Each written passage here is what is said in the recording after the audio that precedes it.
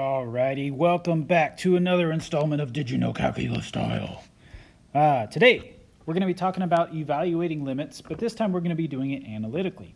So, this is the good day. I love this day because we're going to first do them by direct substitution. So we're just going to try to put our x value in, see if it works. If it does, awesome, we're moving on with life. If it doesn't, then we'll try to do something different. So, this is something I don't usually think about. But just to kind of walk you through why this can work is I'm doing the limit as x approaches 0 of this function. So this function is a line, 3x plus 4, something like that, right? So I am saying as I am approaching 0, and look, that's a continuous function. So as I'm approaching 0, the value of the limit as I approach 0 should be what it is at 0. So as long as I am continuous there, then I can just put the number in and it will come out as what I am approaching. If I have a discontinuity, then I won't be able to use the direct substitution until I change how the function looks. So, with direct substitution, I can just say 3 times 0 plus 4 equals 4, and that is my answer. That's literally all that I'm going to be doing, is I'm going to take the x value that I am approaching and substitute it into the x spot of my function that I'm taking the limit of. Other thing that I will tell you here that I'm going to be picky about, because they are going to be picky about when they grade, if you do not have, how I'm erasing, if you don't have those equal sign right here, they say, the AP people, say that they think you are multiplying this function by 3 times 0 plus 4. So, what you need to make sure you do is if you are writing across, you need to have equal signs as you go. If you are writing down, it is also a good idea to have equal signs.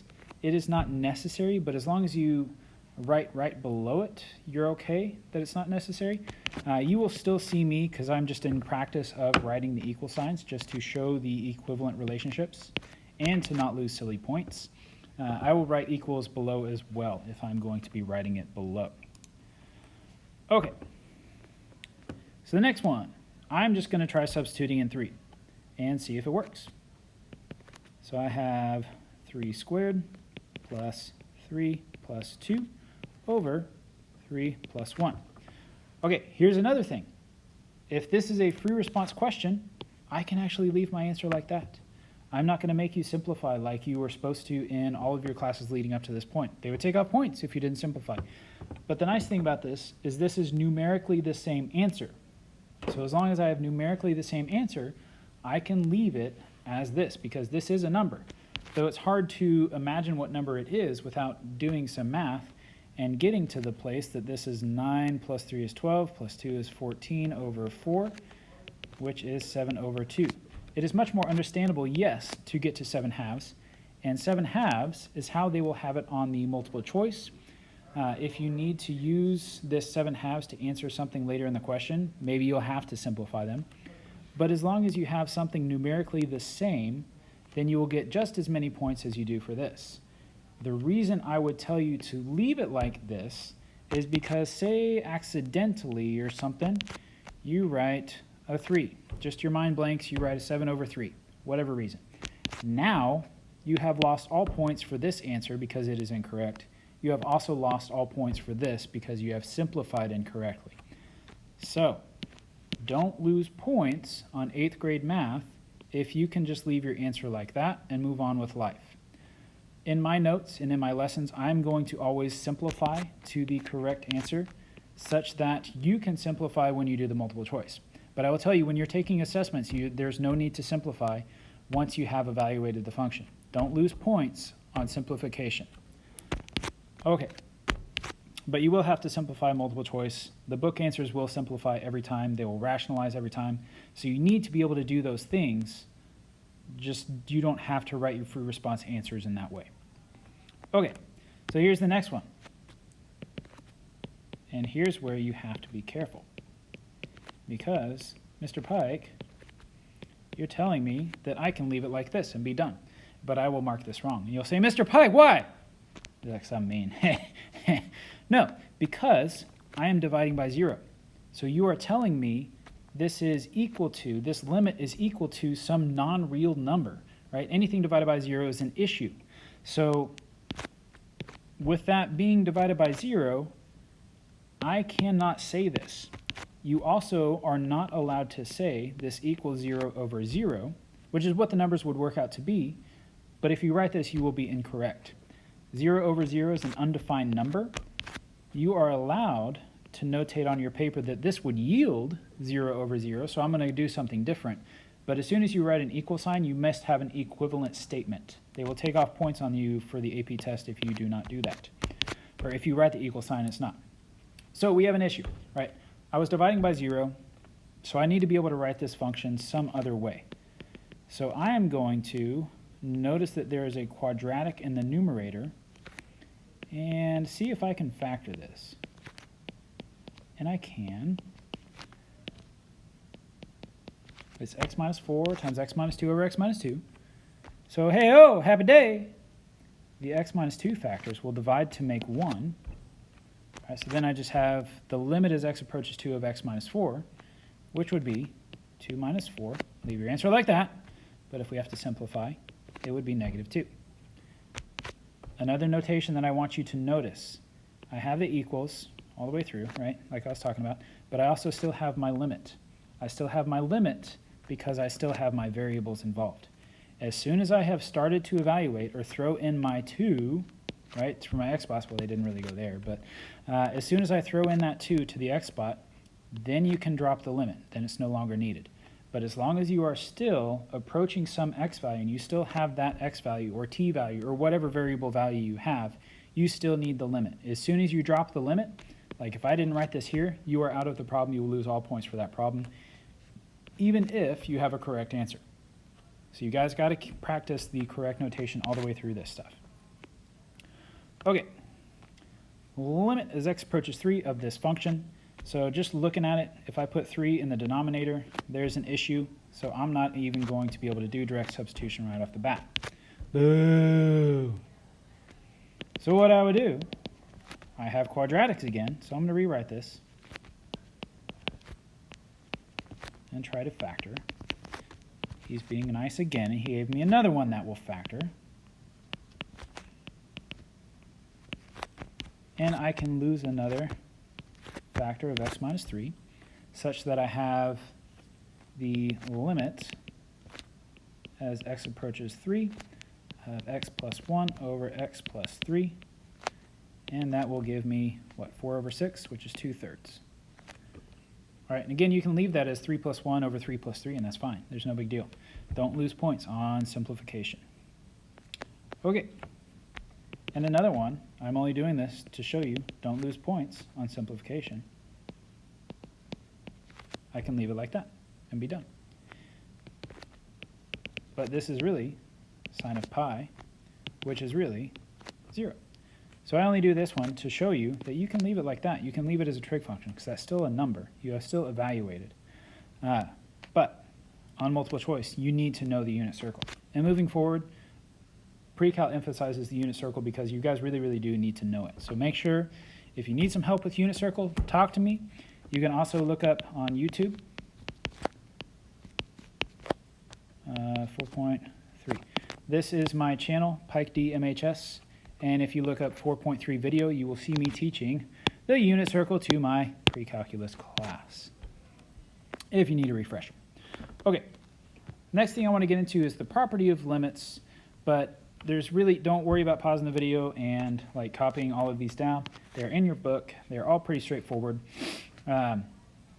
If you have the addition of two functions with a limit, you can turn it into the limit of those two functions added together. If you have multiplication, you can do multiplication of those two limits. If you have division, you can turn into division with those limits. The only one that is really like kind of not intuitive is the limit as x approaches c of f of g of x, so of composition functions. I can turn that into f of the limit of the inside part, right? So I'd put in c for the x, so the limit as x approaches c of g of x, whatever the value is, then I can do f of that value if I know enough information.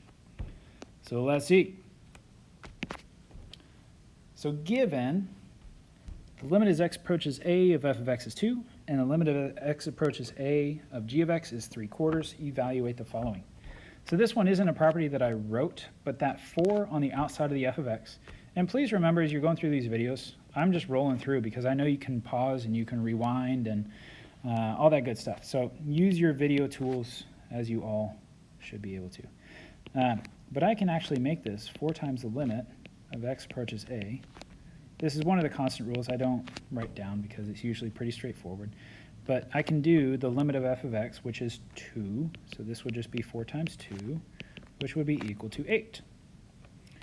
All right, this one I'm probably not even going to write any work because it's just the limit of f of x plus the limit of g of x. So it's just 2 plus 3/4. 2 plus 3/4, which if you want to rewrite it could be 11/4. I don't really like this notation because if you write it like this, that could very easily be interpreted as 23/4, and I will take off if you look like that any day. So I would say mixed numbers for me are a no-no, just because of how they can be interpreted. Depending on where you write your 2, maybe it could be 3/24. So just be careful of how you write things. You got to be very, very clear for your reader. All right, limit of f of x over g of x. So f of x was 2, and g of x was 3/4. So 2, that's a 3.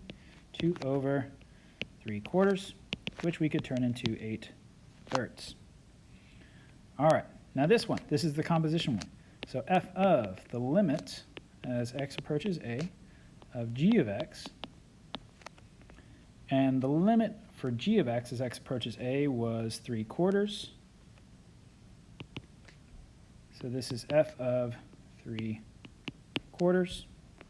So now the thing about this one is if I knew, say that like f of x was 3x plus 2 or something like that, then I could plug in 3/4 into my x spot and figure out what f of 3/4 is. But since I don't have that, this is as far as I can go. I don't know any information about f other than the limit as x approaches a, whatever a is 2. This is the only thing I know. So since that's all I know, I can only give them as much as I can give them. So all I can give them is f of 3/4. But if you can go further, if you have the information, then go further. Okay. All right, a few more limits. This is usually day 2 of the notes, but I'm going to roll through it. So with these, right off the bat, if I try to put in a 16 and I get 16 minus 16, that is 0. No bueno. I can't do that. Right? So I got to rewrite this. So a trick, especially when I see the square root, because it won't factor like I was able to in the earlier ones. But what I can try is multiply by root x plus 4 over root x plus 4. This is called multiplying by the conjugate, right? Usually you did this in Algebra 2 to get the square root out of the denominator, but here it's kind of taking a backward step. So the reason I would do that is because check this out. It's the difference of squares. If I distribute the root x to the x, root x, then that creates x. And then I distribute root x to 4, that's plus 4 root x. This would be minus 4 root x, so I don't have a middle term here. And then negative 4 times positive 4 would be minus 16. That's cool. Reason I say that's cool is because I already had an x minus 16 in my denominator. So what that allows me to do is say, well, hey, there's an x minus 16 in my denominator. I'm not going to multiply out my denominator because the x minus 16s will divide to make 1. So now this just becomes the limit as x approaches 16 of 1 over root x plus 4, which would be 1 over 8. Again, you can leave that unsimplified as 1 over root 16 plus 4, but the multiple choice in the book will simplify to 1/8. Also, please note I have my equal signs, I have my limits until I evaluate, and then there's no more limit. Okay, same idea. Right, if I put in 3, again, direct substitution is always my go-to. If I can use direct substitution, I will do it, and I will be done. But I can't because it's divided by 0. So I see a square root. I'm going to try my trick. I only try this trick from experience. If this trick doesn't work, then I'll have to try another way of rewriting the function. But the trick will work because I made it work, because I made the notes. Okay, so I have x plus 1 minus 4 over. Now thinking about that, if this didn't make x minus 3, then I would probably want to stop and try another trick before I even write anything else. I'd probably erase this. Or I'd check, make sure I multiplied correctly, all that stuff. If I'm trying to do this trick, the whole goal is to get a factor on top that is already a factor in the denominator. And it is. So x minus 3 root x plus 1 plus 2. My x minus 3, because x plus 1 minus 4 is x minus 3, will divide out with my x minus 3 to make 1. So really this is 1 over 2 plus 2, which is 1/4. Alrighty. The last limit of the notes. This one's a little bit different, right? But if I try to multiply by the conjugate, weird things happen. However, if I look in my numerator, those are fractions, and I'm subtracting fractions. So if I get a common denominator just to see what happens, oh, and I did try direct substitution in my head. I did, I promise. Right, if you put in 0 to the x spot, it's divided by 0, so that's an issue. Always, always, always go to direct substitution first. But if I get a common denominator,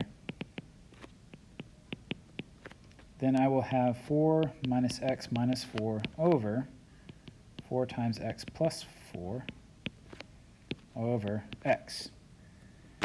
Since I'm divided by x, if I call this a over b over c, right, a over b over c, just please remember, this is really a over b divided by c, which is the same thing as a over b times 1 over c. So I can move that x to the denominator. Oh no. And rewrite this. The 4's will subtract out, so I have negative x over 4x times x plus 4.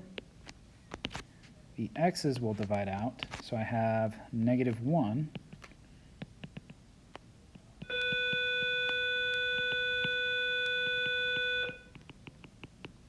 over 4 times x plus 4, which now I can put in my 0, and it's negative 1/16. Happy day. All right, so again, the whole goal here is if I'm stuck, try to rewrite it and see if you can come up with something good there. And we did. We did it. All right, last thing we're getting into for these notes is something called the squeeze theorem. Now, if I'm squeezing, I'm compressing together. So what this is saying is that h of x is less than or equal to f of x, which is less than or equal to g of x, for all x on some interval. We don't know what the interval is. Maybe they'll tell us, maybe they won't. H of x is my smallest, g of x is my biggest. If I can show that the limit of h of x is equal to the limit of g of x, so essentially the limit, my smallest and my biggest function at some value c are approaching the same number, then my middle function at that same value c must also approach that number. That's what the squeeze theorem is. So graphically, I have h of x, say I'm going to go to c here. I have g of x and f of x, whatever it may be doing.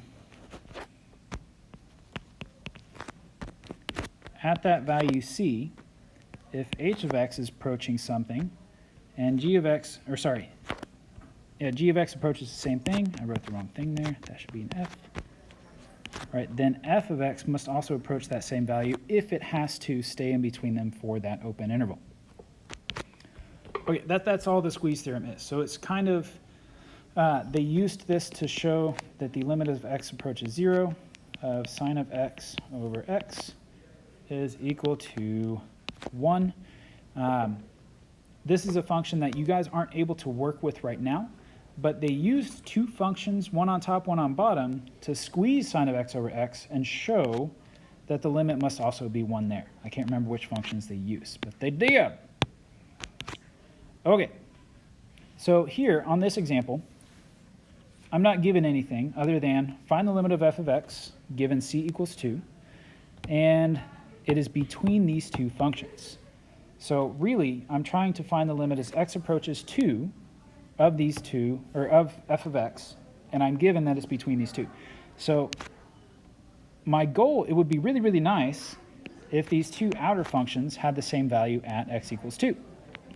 So let's see, if I put in 2, that's 0, so that would be 2. If I put in 2 in my x spot there, then that's also 2. Hey, cool! At x equals 2, they approach the same y value. So what I would say is, since the limit as x approaches 2 of the lower bound